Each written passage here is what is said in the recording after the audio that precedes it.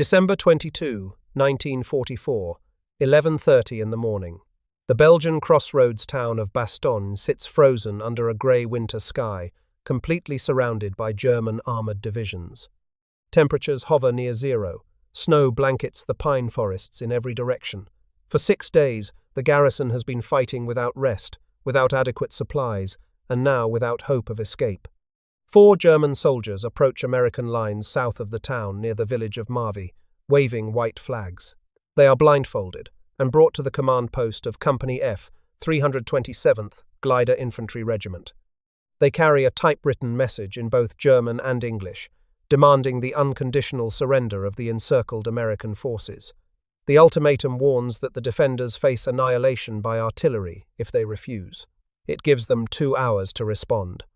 The message is delivered to Brigadier General Anthony McAuliffe, the acting commander of the 101st Airborne Division. McAuliffe had been napping in the Heinz barracks basement when awakened. He reads the ultimatum once. He laughs dismissively and says, "Oh, nuts." He crumples the paper and drops it on the floor. He has more pressing concerns. German forces are probing his perimeter from multiple directions. His artillery is running low on shells. Wounded men are dying for lack of proper medical care. When his staff reminds him that the Germans expect a formal written reply, McAuliffe struggles to think of what to write. Lieutenant Colonel Harry Kinnard, his operations officer, suggests that his initial reaction would be hard to beat. The reply is typed on a single sheet of paper. 1 word, centered and capitalized. Nuts. Colonel Joseph Harper, commander of the 327th Glider Infantry Regiment, personally delivers the response to the waiting German officers near the Kessler Farm southeast of Bastogne. When they ask if it is affirmative or negative, Harper tells them that in plain English, it means go to hell. "And if you continue to attack," he adds, "we will kill every goddamn German that tries to break into this city." The German officers salute formally and return to their lines. This single word would become one of the most famous moments of World War II. Newspapers around the world would print it. Soldiers would adopt it as a battle cry. Historians would analyze it for generations. But the story of how 18,000 American soldiers came to be surrounded at Bastogne, why they chose to fight instead of surrender, and what their defiance ultimately cost them and accomplished, is a story that deserves to be told in full.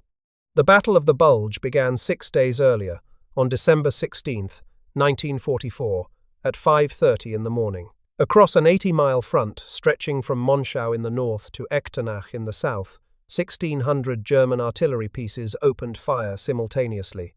The barrage lasted 90 minutes, the most concentrated artillery bombardment the Western Front had witnessed since 1918.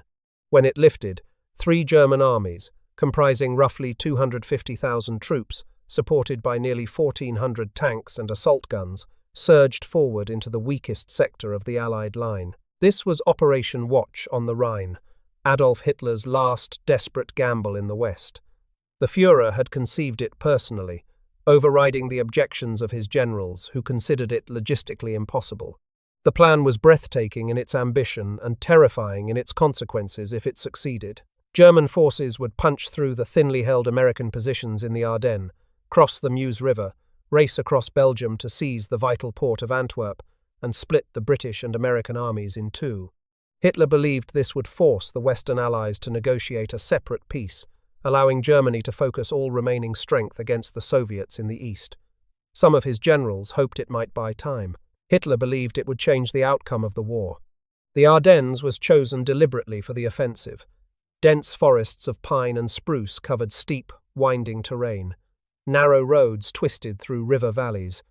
These conditions made the region unsuitable for large-scale military operations involving armor and mechanized forces. This is precisely why the Allies used it as a quiet sector, stationing exhausted and inexperienced divisions there to recover from heavy combat elsewhere. The 28th Infantry Division was still licking its wounds from the Hurtgen Forest. The 106th Infantry Division had arrived on the front lines barely a week earlier and had never seen combat. The line was thin, stretched, and vulnerable. The Germans had used this same route to conquer France in 1940. Hitler remembered. His generals remembered. And now, 4.5 years later, the Ardennes would witness the largest battle ever fought by the United States Army. But the plan depended entirely on speed. Surprise could only last so long. Once the Allies realized what was happening, they would rush reinforcements into the threatened sector. The Germans needed to reach the Meuse River within 3 days and seize Antwerp within 2 weeks, before the Allies could respond in strength. Fuel was critically short. Ammunition was limited. Every hour of delay threatened the entire offensive. Each wasted day consumed irreplaceable resources. And standing in the path of the German advance was a small Belgian town that none of the attacking generals had initially considered important enough to warrant special attention. Bastogne was home to only 3,500 civilians in December 1944. It was a sleepy market town on the high plateau of the Ardennes, known mainly for its medieval church and picturesque town square.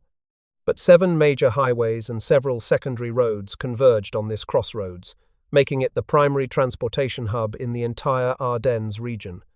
The N4 highway ran east to west through the centre of town. The N30 linked Bastogne to Arlon in the south. The N30A connected to Marche and the Meuse river crossings. Roads led north to Houffalize and Liège, southeast to Luxembourg City, and southwest toward Neufchâteau and the rail lines beyond. Without control of Bastogne's roads, German mechanized forces could not efficiently move their tanks, artillery, ammunition, and fuel westward through the narrow forested terrain. The few secondary routes that bypassed the town were little more than muddy logging tracks, impassable to heavy vehicles in winter conditions. Tanks that strayed off the main roads quickly became stuck in the soft ground. Artillery and supply trucks needed hard surfaces. The road network at Bastogne was not merely useful to the German advance, it was essential. The German Corps commander, General Heinrich Freiherr von Luttwitz, recognized this immediately. He told his division commanders that Bastogne must be taken with the utmost speed. Otherwise, he warned, it will remain an abscess on our lines of communications, a festering sore that would cripple every attempt to push westward toward the Meuse. The German force assigned to capture Bastogne was the 47th Panzer Corps under General von Luttwitz. It comprised 3 divisions totaling approximately 45,000 men. The 2nd Panzer Division was near full strength, with 58 Panther tanks, 27 Panzer IVs, and 48 assault guns, a total of 133 armoured vehicles. The Panzer Lehr Division, though famous, had been badly mauled during the Normandy campaign and fielded roughly 9,000 troops with 57 tanks and 20 tank destroyers. The 26th Volksgrenadier Division was an infantry formation with 14 Hetzer tank destroyers, relying entirely on horses and bicycles for transport. Against this armoured force, the only American unit standing in the way was the 110th Infantry Regiment of the 28th Infantry Division. These soldiers were already exhausted from fighting in the Hurtgen forest. They were strung thinly along the Our and Clerf rivers, covering far more ground than their numbers could adequately defend. What happened next was one of the most heroic delaying actions of the entire war. For 2.5 days, the 110th Infantry Regiment fought with desperate ferocity against overwhelming German forces. They knew they could not win. They fought anyway. When the battle ended, the regiment had suffered approximately 2,750 casualties, but they had delayed the German advance by nearly 3 days. This sacrifice bought the time that would save Bastogne. While the 110th was being destroyed, a message arrived at Camp Mourmelon-le-Grand near Reims, France, 107 miles to the southwest. The 101st Airborne Division, the Screaming Eagles, had been resting and refitting there for barely 3 weeks after the costly Operation Market Garden in Holland. That operation had left the division severely depleted. Replacements were still arriving. Equipment was still being repaired. Men were still recovering from wounds. Many had received passes to Paris and were enjoying their first real leave in months. Division Commander Major General Maxwell Taylor was not even in France. He was in Washington, D.C., attending a staff conference at the War Department. The Assistant Division Commander, Brigadier General Gerald Higgins, was in England for a conference on airborne operations. When the emergency alert came, command of the Screaming Eagles fell to the most senior officer present, the Division Artillery Commander, 46-year-old Brigadier General Anthony Clement McAuliffe. A West Point graduate and artilleryman by training, McAuliffe had served with the division since its activation in 1942, but had never commanded it in combat. On the evening of December 17, the alert came. The situation in the Ardennes was deteriorating rapidly. German armored columns were racing westward. American units were being overrun or surrounded. The 101st Airborne was ordered to move immediately to Bastogne and hold the crossroads at all costs. By the next afternoon, the division had loaded onto 380 assembled trucks and trailers, many of them borrowed from other units or commandeered from supply depots. The overnight drive to Bastogne would cover 107 miles through darkness, freezing rain, and columns of retreating soldiers and fleeing civilians. The 101st Airborne had no vehicles of its own. It was a parachute division, designed to drop from the sky into enemy territory, not to drive into battle like a conventional infantry unit.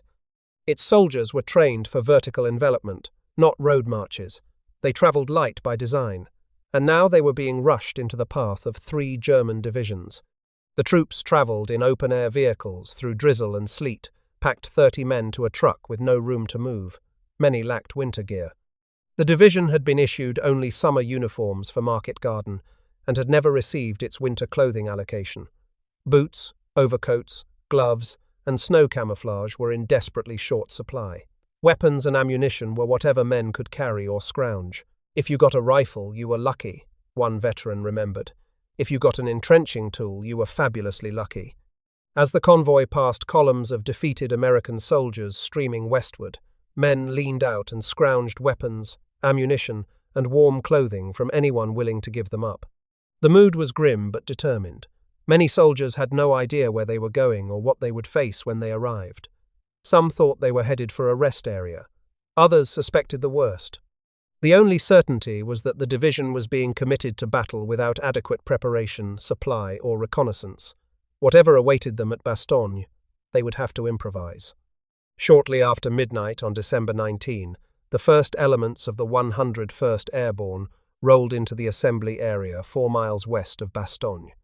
By 9 in the morning, the entire division, 805 officers, and 11,035 enlisted men had arrived. They had beaten the leading German forces by roughly 4 hours.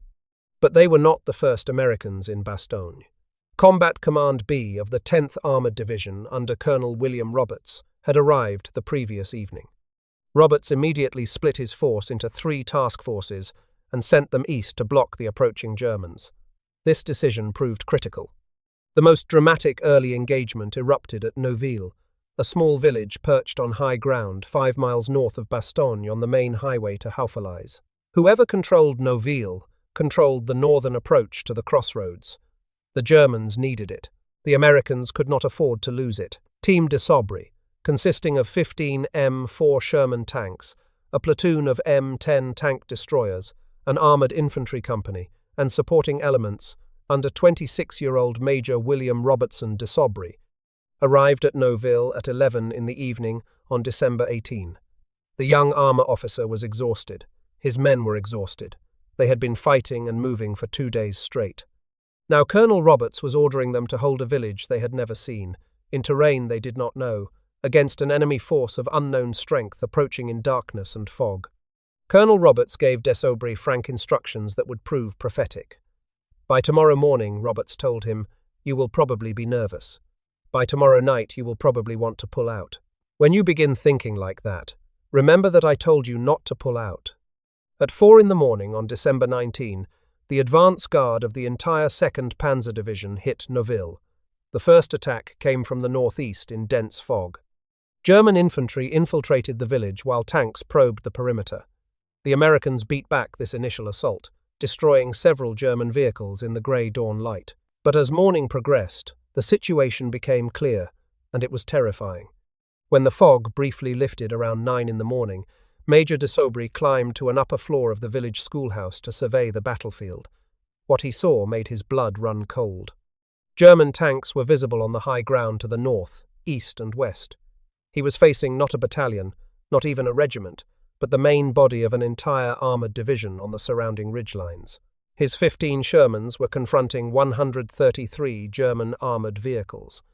Reinforced by the 1st Battalion of the 506th Parachute Infantry Regiment, under Lieutenant Colonel James Laprade, and M18 Hellcat tank destroyers from the 705th Tank Destroyer Battalion, the combined American force fought a savage 2-day battle that would become legend in the annals of armoured warfare.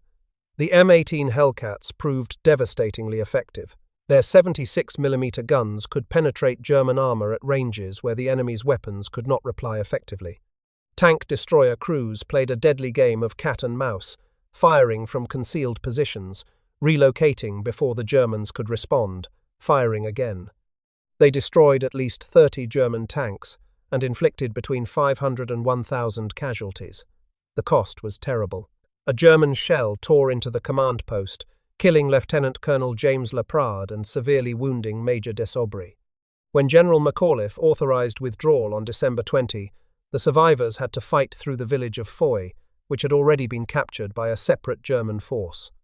The paratroopers lost 13 officers and 199 enlisted men out of approximately 600.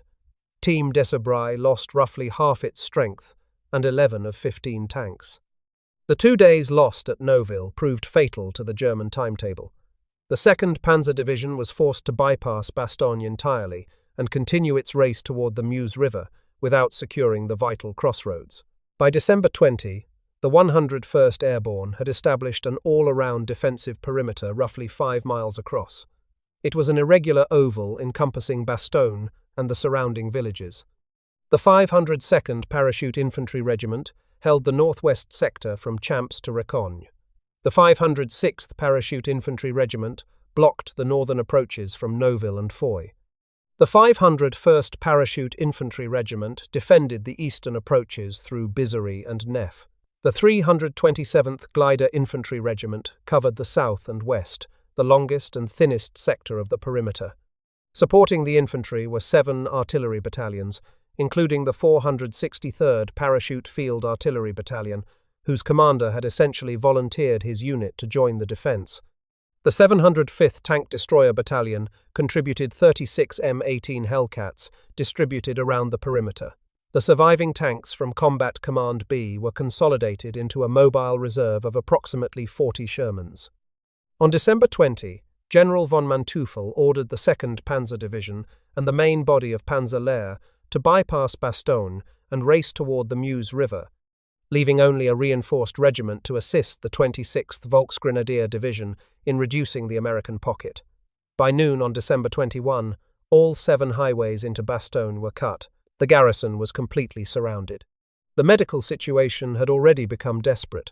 On the night of December 19, just hours after the 101st Airborne arrived, the 326th Airborne Medical Company's clearing station near the village of Herbaimont was overrun by German forces.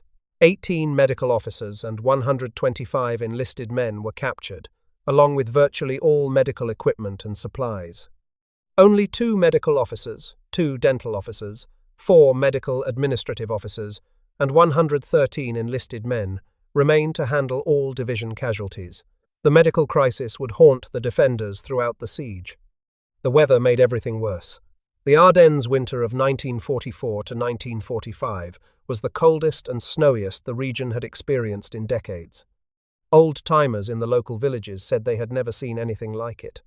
Temperatures at the start of the offensive on December 16 stood at 14 degrees Fahrenheit, which is minus 10 degrees Celsius. With wind chill, it felt far colder, as low as minus 20 degrees Fahrenheit or below. Water in canteens froze solid within hours. Blood plasma froze and would not run through intravenous lines, rendering it useless for transfusions.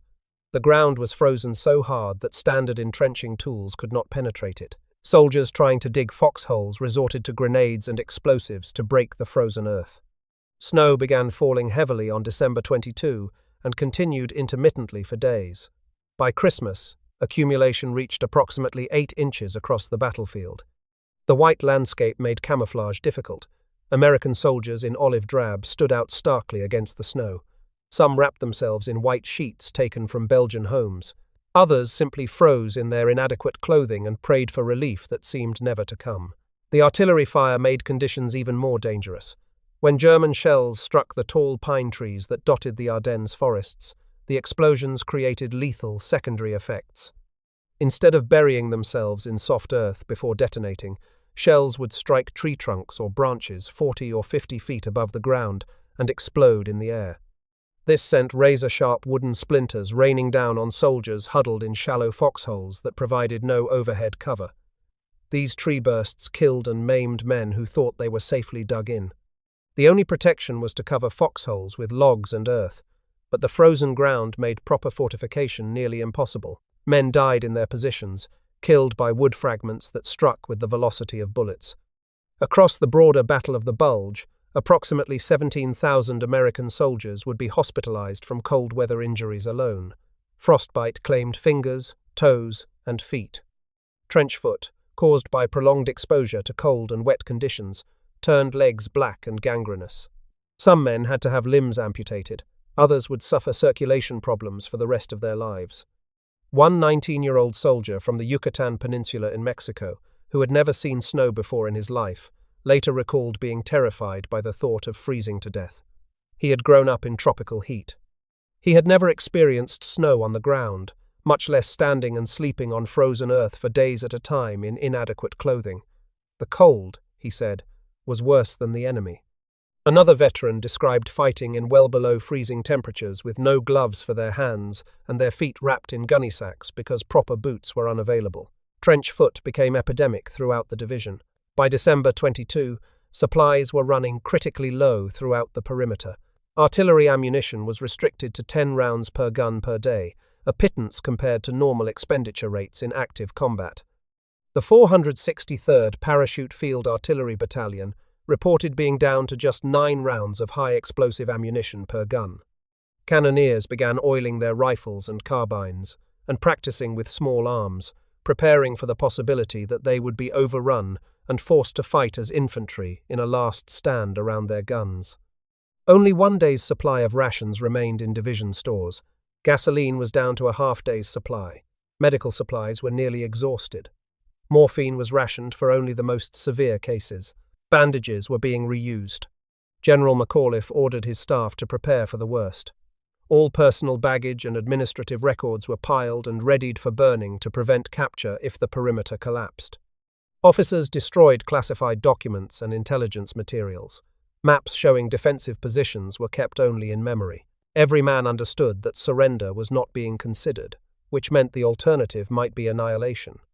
With the 326th Medical Company largely captured, medical care fell to a handful of remaining personnel and 2 remarkable Belgian women who volunteered to help despite the terrible danger.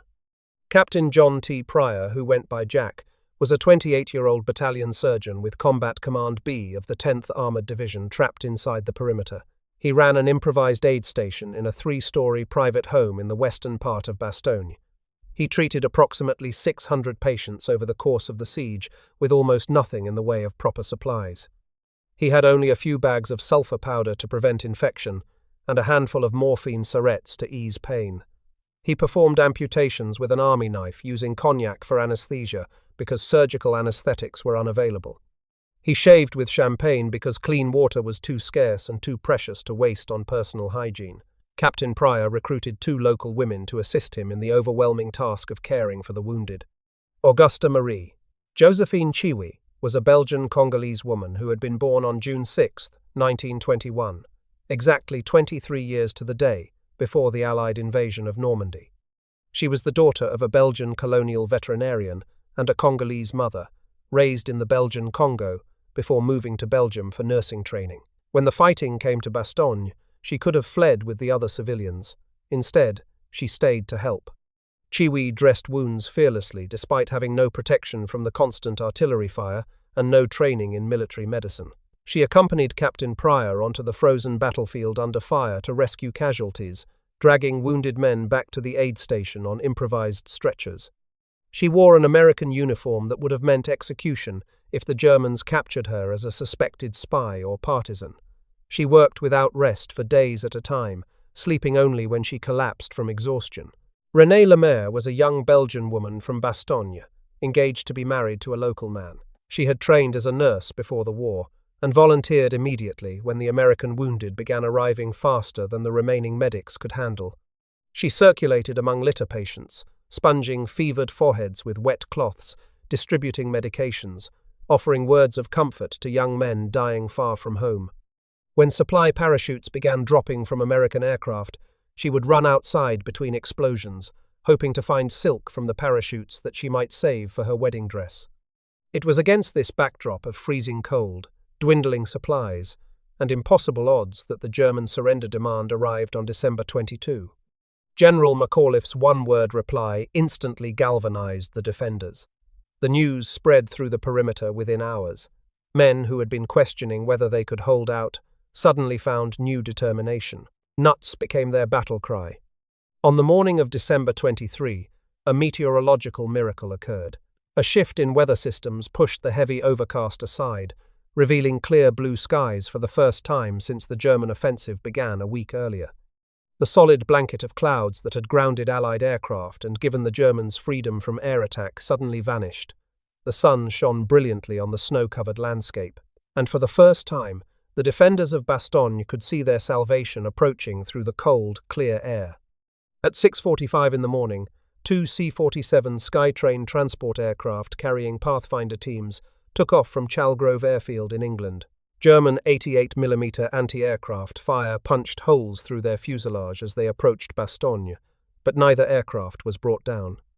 At approximately 9 in the morning, the Pathfinders jumped from their aircraft and descended by parachute into the American perimeter near the village of Senonchon. Within minutes, they had set up Eureka radar transponders and deployed colored marker panels on the designated drop zone, creating a homing beacon for the approaching supply fleet.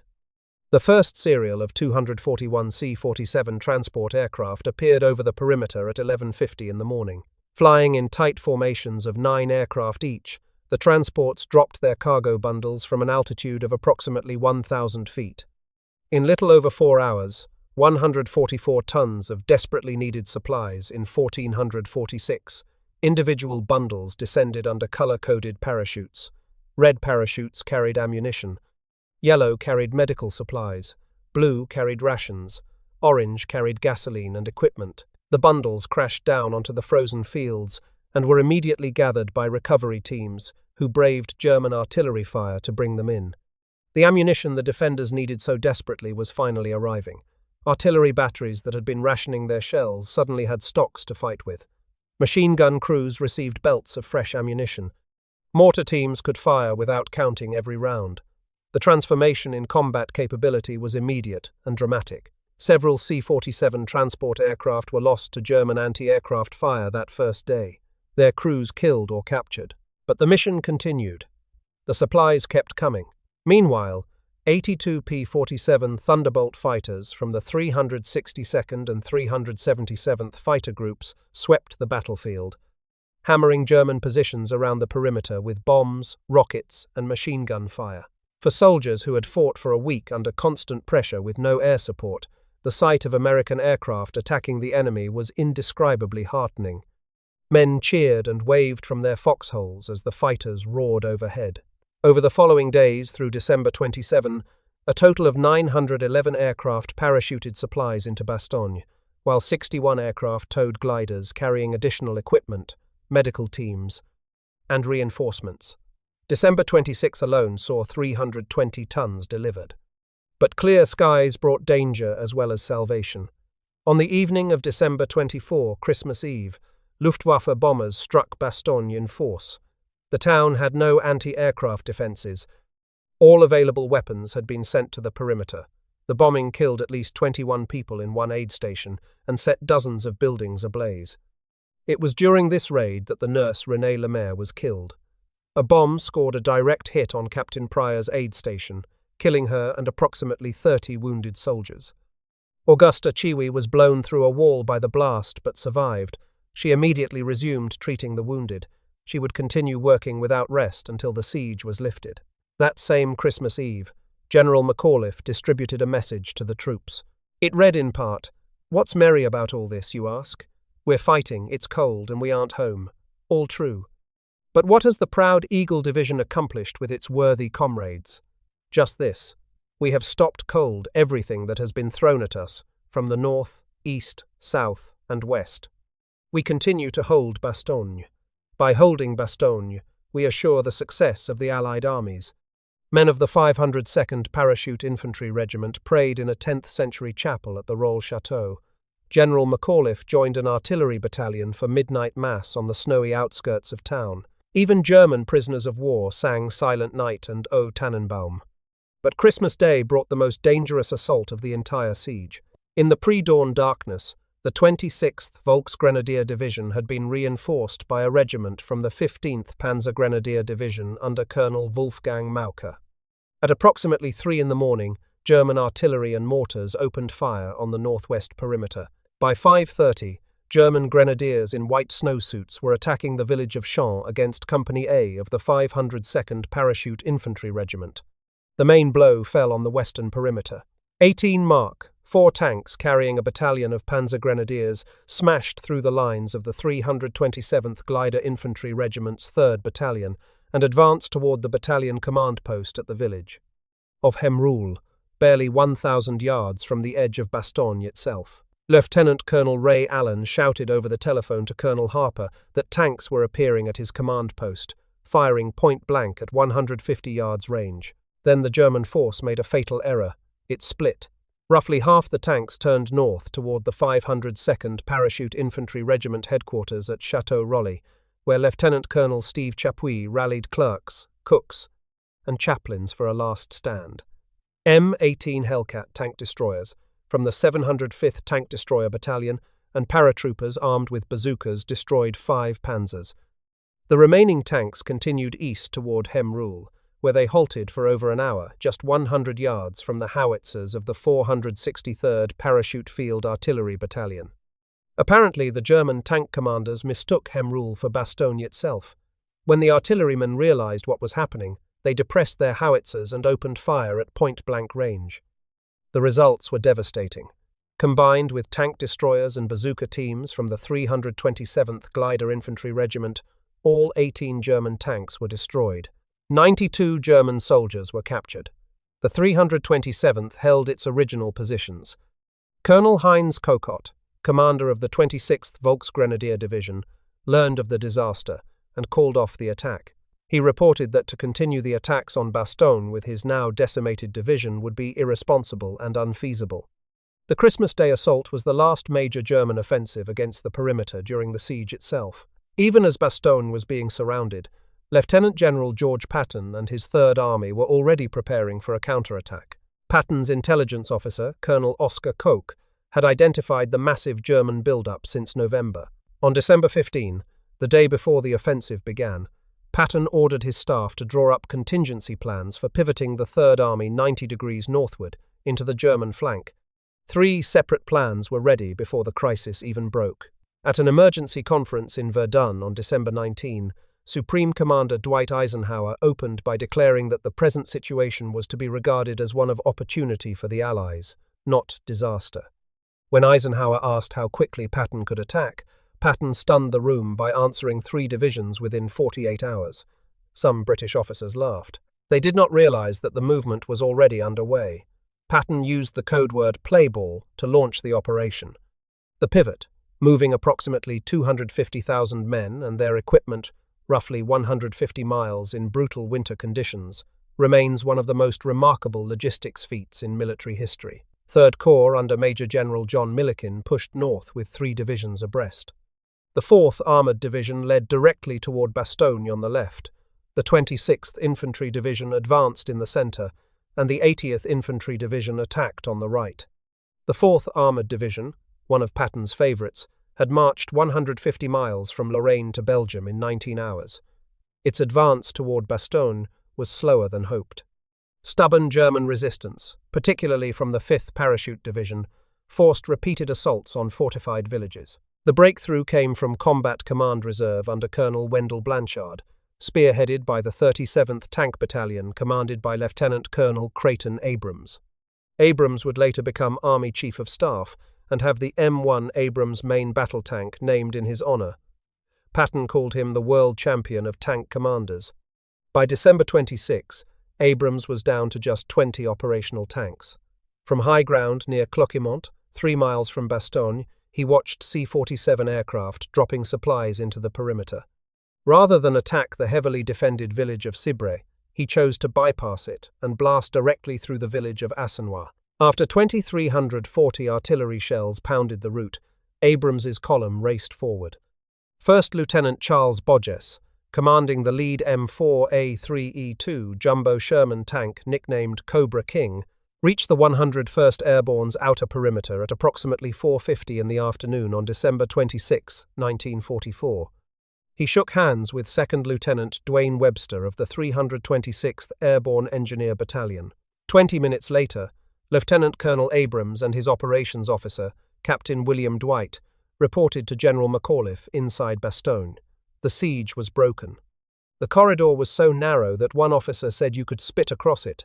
By December 27, a convoy of 40 supply trucks and 70 ambulances had reached the defenders. The breakthrough on December 26 did not end the fighting around Bastogne. In many ways, the combat intensified. Hitler ordered the 5th Panzer Army to make Bastogne its main effort, committing an escalating cascade of reinforcements. The Führer Escort Brigade, the 3rd Panzer Grenadier Division, the 1st SS Panzer Division, Leibstandarte Adolf Hitler, the 12th SS Panzer Division, Hitler Jugend, the 167th and 340th Volksgrenadier Divisions, and the 9th Panzer Division all converged on the area. By January 1st, 8 German divisions surrounded Bastogne, with over 100,000 troops committed. The fighting after December 26 was actually heavier than during the original siege. German offensive operations continued until approximately January 7, 1945. The United States 1st and 3rd Armies finally linked up at Hemroulle on January 16, closing the Bulge in the Allied line. The battle officially ended on January 25, 1945. The human cost was staggering. The 101st Airborne Division suffered 341 killed, 1,691 wounded, and 516 missing from December 19, 1944 to January 6, 1945. Combat Command B of the 10th Armored Division lost approximately 500 men. The 4th Armored Division suffered roughly 1,000 casualties in the relief operation. The broader Battle of the Bulge was the costliest American engagement in Europe. Approximately 19,000 Americans were killed, 47,500 wounded, and 23,000 captured or missing. The total casualty count ranged from 77,000 to 83,000. German losses were equally severe, ranging from 80,000 to 100,000, along with irreplaceable tanks, artillery, and fuel reserves that hastened Germany's collapse.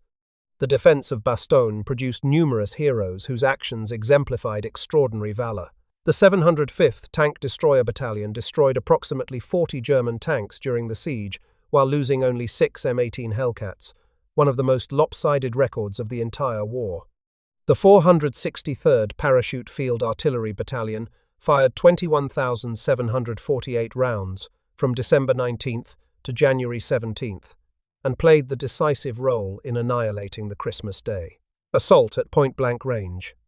The 969th Field Artillery Battalion, an all-African-American unit, received the Distinguished Unit Citation on February 7, 1945. This was the first such award ever given to an African-American combat unit in the history of the United States Army.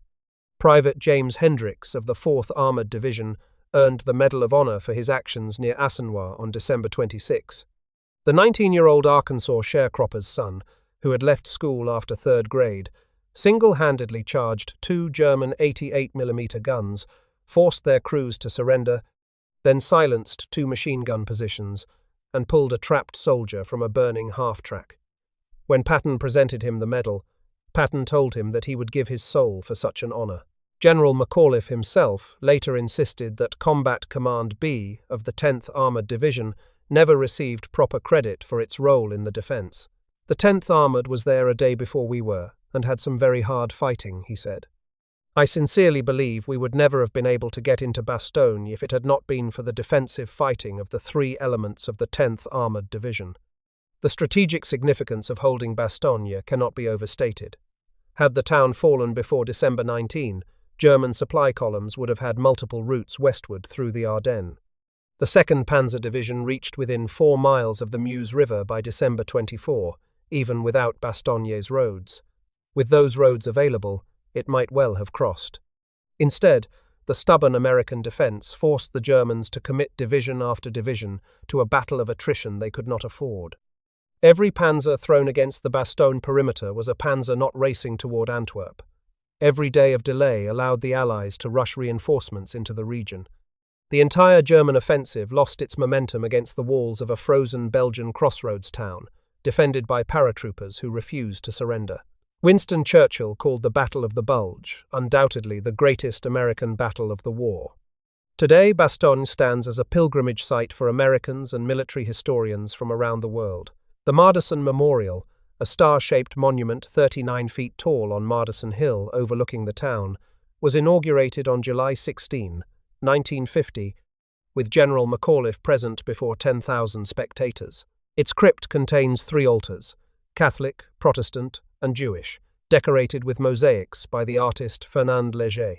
McAuliffe Square in the town centre features a statue of the general who gave the famous one-word reply, along with a preserved Sherman tank.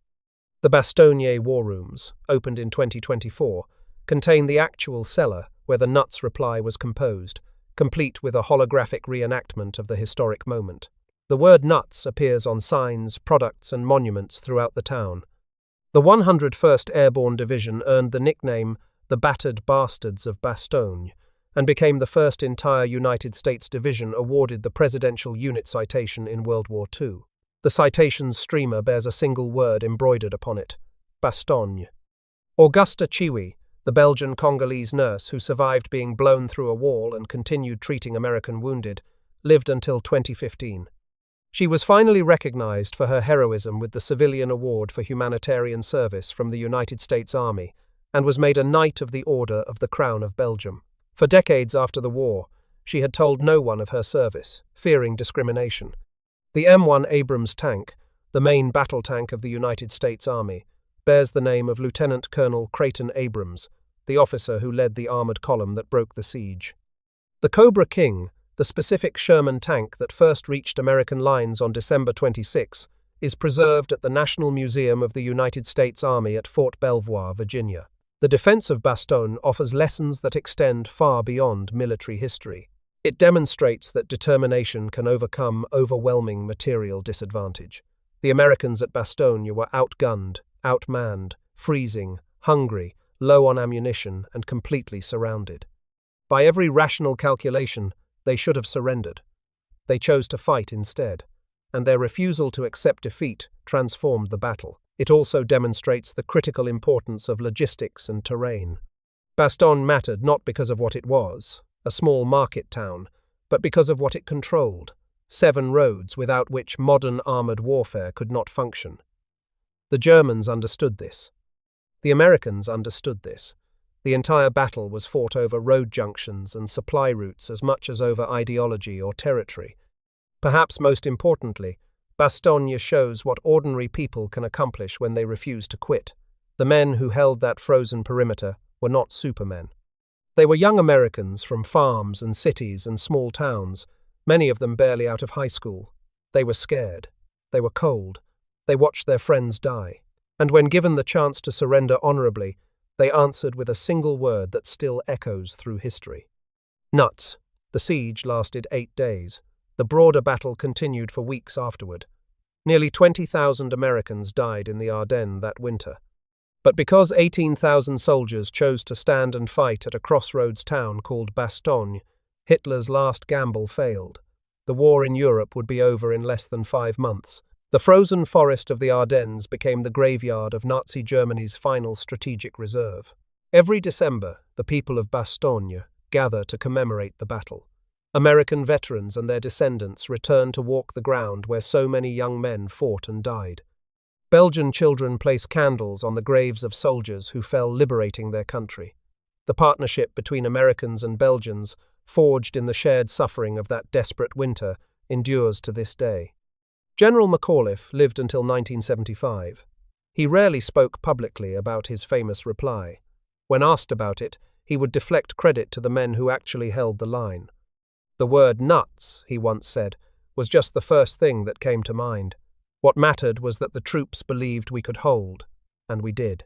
He was right. In the end, Bastogne was not saved by a single word or a single general, or even a single division. It was saved by thousands of individual decisions, each soldier choosing to stay in his foxhole one more hour, fire one more round, and hold one more position. Together, those decisions changed the course of history. The Battered Bastards of Bastogne earned their name in the frozen hell of December 1944. They earned it with blood and courage and stubborn defiance, and they earned it with a one-word answer to an empire demanding their surrender. That answer still stands.